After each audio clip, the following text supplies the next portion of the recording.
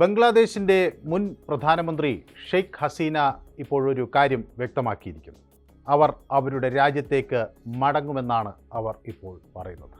ഇടക്കാല സർക്കാരിൻ്റെ തലവനായ മുഹമ്മദ് യൂനസ് ബംഗ്ലാദേശിനെ ഒരു ഭീകര രാജ്യമാക്കി മാറ്റി എന്നാണ് അവർ പറയുന്നത്. ഭീകരവാദത്തിൻ്റെ രാജ്യം എന്നാണ് അവർ ഉദ്ദേശിക്കുന്നത്.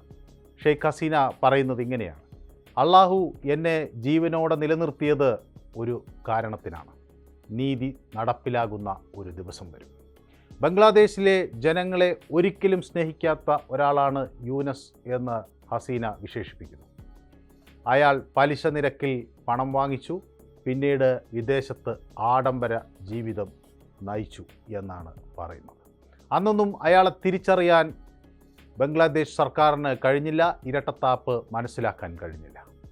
അതുകൊണ്ട് വളരെയധികം അയാളെ സഹായിച്ചു. പക്ഷേ അതിൻ്റെ ഒരു പ്രയോജനവും ബംഗ്ലാദേശിന് ലഭിച്ചില്ല. പിന്നീട് അധികാരത്തിലെത്തുന്നതിന് അയാൾ ഒരു മോഹം വളർത്തിയെടുത്തു. അതിപ്പോൾ ബംഗ്ലാദേശിനെ കത്തിക്കുന്നു എന്നാണ് ഹസീന കുറ്റപ്പെടുത്തുന്നത്. എനിക്ക് എൻ്റെ അച്ഛനെയും അമ്മയെയും സഹോദരങ്ങളെയും എല്ലാവരെയും ഒരു ദിവസം കൊണ്ട് നഷ്ടപ്പെട്ടു എന്ന് ഹസീന പറയുന്നു. അതോടൊപ്പം തന്നെ രാജ്യത്തേക്ക് മടങ്ങിപ്പോകാൻ തന്നെ അനുവദിക്കാത്തതിനെ വിമർശിക്കുകയും ചെയ്യുന്നു. സ്വന്തം നഷ്ടത്തിൻ്റെ വേദന എത്രമാത്രം വലുതാണെന്നാണ് ഹസീന പറയുന്നത്. അള്ളാഹു എന്നെ സംരക്ഷിക്കുന്നു. ഒരുപക്ഷെ അള്ളാഹു എന്നിലൂടെ എന്തെങ്കിലും നല്ലത് ചെയ്യാൻ ആഗ്രഹിക്കുന്നുണ്ടാകാം എന്ന് അവർ പറയുന്നു. കുറ്റകൃത്യങ്ങൾ ചെയ്തവർക്ക് ശിക്ഷ ലഭിക്കും, ഇത് എൻ്റെ വാക്ക് എന്ന് ഹസീന പറഞ്ഞു വയ്ക്കുന്നു. ഹസീന ബംഗ്ലാദേശിലേക്ക് മടങ്ങും എന്ന ഈ വിവരങ്ങൾ പുറത്തു വരുന്നതിന് തൊട്ടു മുമ്പാണ് പ്രധാനമന്ത്രി നരേന്ദ്രമോദി യൂനസുമായി കൂടിക്കാഴ്ച നടത്തിയത്. Bay of Bengal initiative four multi sectoral and technical cooperation എന്ന ഉച്ചകോടിയുടെ ഭാഗമായാണ് കൂടിക്കാഴ്ച നടന്നത്. ആ കൂടിക്കാഴ്ച ഏതാണ്ട് 40 മിനിറ്റോളം നീണ്ടു നിന്നു. ബംഗ്ലാദേശ് പ്രധാനമന്ത്രിയായിരുന്ന ഷെയ്ഖ് ഹസീനയെപ്പറ്റി ആ യോഗത്തിൽ യൂനസ് പരാമർശിച്ചു എന്നാണ് ഇപ്പോൾ ലഭിക്കുന്ന വിവരങ്ങൾ. അപ്പോൾ അതോടൊപ്പം തന്നെ ഇന്ത്യയുടെ ദേശീയ സുരക്ഷാ ഉപദേഷ്ടാവ് അജിത് ഡോവലും ഈ യോഗങ്ങളിൽ ഉണ്ടായിരുന്നു. അപ്പോൾ യൂനസിൻ്റെ കൂടെ ബംഗ്ലാദേശിൽ നിന്നെത്തിയ ഖലീലുർ റഹ്മാൻ എന്ന അവിടുത്തെ സുരക്ഷാ കാര്യങ്ങൾക്ക് മേൽനോട്ടം വഹിക്കുന്ന പ്രതിനിധിയുമായൊക്കെ ഡോവൽ ചർച്ച നടത്തി.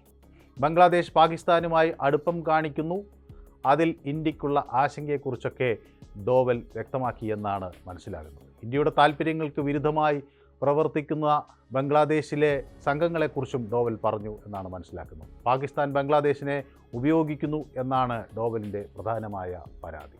പാകിസ്ഥാൻ്റെ ISI ബംഗ്ലാദേശിൽ നടത്തുന്ന ചില ഇടപെടലുകൾ, അവിടുത്തെ സ്ഥാപനങ്ങളെ എങ്ങനെ കയ്യിലൊതുക്കുന്നു എന്നതിനെക്കുറിച്ചൊക്കെയും ഒപ്പം തന്നെ ഈ വടക്ക് കിഴക്കൻ ഇന്ത്യയിലെ ചില തീവ്രവാദ പ്രവർത്തനങ്ങൾക്ക് പിന്തുണ നൽകുന്നതിനെക്കുറിച്ചുമൊക്കെ ഡോവൽ അവിടെ വ്യക്തമാക്കുകയും ചെയ്തു. മാത്രമല്ല ഈ തീവ്രവാദ സംഘങ്ങളിലെ കേഡർമാരെ പരിശീലിപ്പിക്കുക, അവർക്ക് ആയുധം നൽകുക തുടങ്ങിയ കാര്യങ്ങളൊക്കെ ഡോവൽ ശ്രദ്ധയിൽപ്പെടുത്തി എന്നാണ് മനസ്സിലാക്കുന്നത്.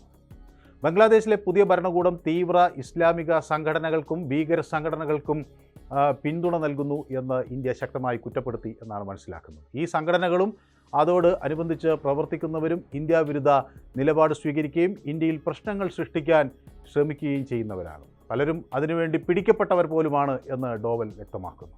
അധികാരം ഏറ്റ ഉടനെ കുറ്റവാളികളായ ഇസ്ലാമിസ്റ്റ് തീവ്രവാദികളെ യൂനസ് മോചിപ്പിച്ചിരുന്നു. കഴിഞ്ഞ 8 മാസമായി ആ രാജ്യത്തുള്ള ഇസ്ലാമിസ്റ്റുകളെ നിയന്ത്രിക്കാൻ ഒന്നും ചെയ്തിട്ടില്ല എന്നൊക്കെ ഡോവൽ ചൂണ്ടിക്കാട്ടി.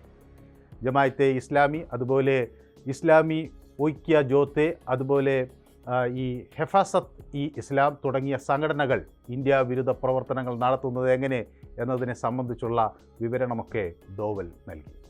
ബംഗ്ലാദേശിലെ ഹിന്ദുക്കൾ തുടർച്ചയായി ആക്രമിക്കപ്പെടുന്നതിനെക്കുറിച്ചും അവിടെ ചർച്ചയായി. ഹിന്ദുക്കൾ മതത്തിൻ്റെ പേരിലല്ല ആക്രമിക്കപ്പെടുന്നത്, മറിച്ച് മുൻ അവാമി ലീഗ് സർക്കാരുമായി ഉണ്ടായിരുന്ന ബന്ധം, അല്ലെങ്കിൽ അവരുടെ പാർട്ടിയുമായി ഒക്കെ ഉണ്ടായിരുന്ന ബന്ധം കൊണ്ടാണ് ആക്രമിക്കപ്പെടുന്നത് എന്നാണ് ഇപ്പോൾ ബംഗ്ലാദേശിൻ്റെ വിശദീകരണം. എന്നാൽ ബംഗ്ലാദേശ് നാഷണലിസ്റ്റ് പാർട്ടിയിൽ, അതായത് BNPയിലെ അംഗങ്ങളായിരുന്ന ഹിന്ദുക്കൾ പോലും ആക്രമണത്തിന് ഇരയായതിൻ്റെ കൃത്യമായ ഉദാഹരണങ്ങൾ എടുത്തു കാണിക്കാൻ ഡോവലിന് കഴിഞ്ഞു. അപ്പോൾ ഹിന്ദുക്കൾക്കും ഇന്ത്യക്കുമെതിരെ വിദ്വേഷം പ്രചരിപ്പിക്കാൻ അവിടുത്തെ ചില മതപണ്ഡിതന്മാരെ അനുവദിച്ചാൽ ഇന്ത്യ ബംഗ്ലാദേശ് ബന്ധം ഇനി ഒരിക്കലും സാധാരണ നിലയിലാകില്ല എന്ന് വ്യക്തമായി പറയാൻ കഴിഞ്ഞു എന്നാണ് മനസ്സിലാക്കുന്നത്. ഷെയ്ഖ് ഹസീനയെ ബംഗ്ലാദേശിലേക്ക് കൈമാറണമെന്ന ആവശ്യം അവർ നിരന്തരമായി ഉന്നയിക്കുന്നുണ്ട്. ആ ചോദ്യവും ഈ ഘട്ടത്തിൽ ചർച്ചയായി. ഇന്ത്യയുടെ താൽപ്പര്യങ്ങൾ ബംഗ്ലാദേശിലെ ന്യൂനപക്ഷ വിഭാഗത്തിൻ്റെ താൽപ്പര്യങ്ങളുമായി വളരെ അടുത്ത് നിൽക്കുന്നു എന്ന് പറയാൻ കൂടി ഈ അവസരം പ്രയോജനപ്പെടുത്തി എന്നാണ് വിവരം. ഏതായാലും ഹസീന വളരെ ശക്തമായി ബംഗ്ലാദേശിലെ തീവ്രവാദ പ്രവർത്തനങ്ങളെക്കുറിച്ച് പറയുന്നു.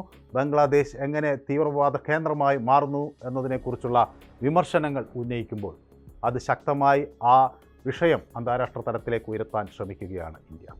ഹസീന ഒരുപക്ഷെ മടങ്ങിപ്പോവുകയും അവിടെ പുതിയ ഒരു സർക്കാർ രൂപീകരിക്കുന്നതിൽ വിജയിക്കുകയുമൊക്കെ ചെയ്താൽ ഇന്ത്യ ബംഗ്ലാദേശ് സൗഹൃദം പഴയപടി ശക്തമാവുകയും ചെയ്യാം. പക്ഷേ അതിനൊക്കെ അപ്പുറത്തേക്ക് ഇന്ത്യ ബംഗ്ലാദേശ് ബന്ധം ഇനി വരാനിരിക്കുന്ന ദിവസങ്ങളിൽ എങ്ങനെ മാറിമറിയും എന്ന് എല്ലാവരും ഉറ്റുനോക്കുകയാണ്. ഏതായാലും വലിയ വിട്ടുവീഴ്ചകൾക്ക് തയ്യാറാകേണ്ട, തീവ്രവാദവുമായി ബന്ധപ്പെട്ട വിഷയങ്ങളിൽ ശക്തമായ നിലപാടുകൾ തന്നെ സ്വീകരിക്കണം എന്ന് ഉറപ്പിച്ച് നിൽക്കുന്നു ഇന്ത്യ.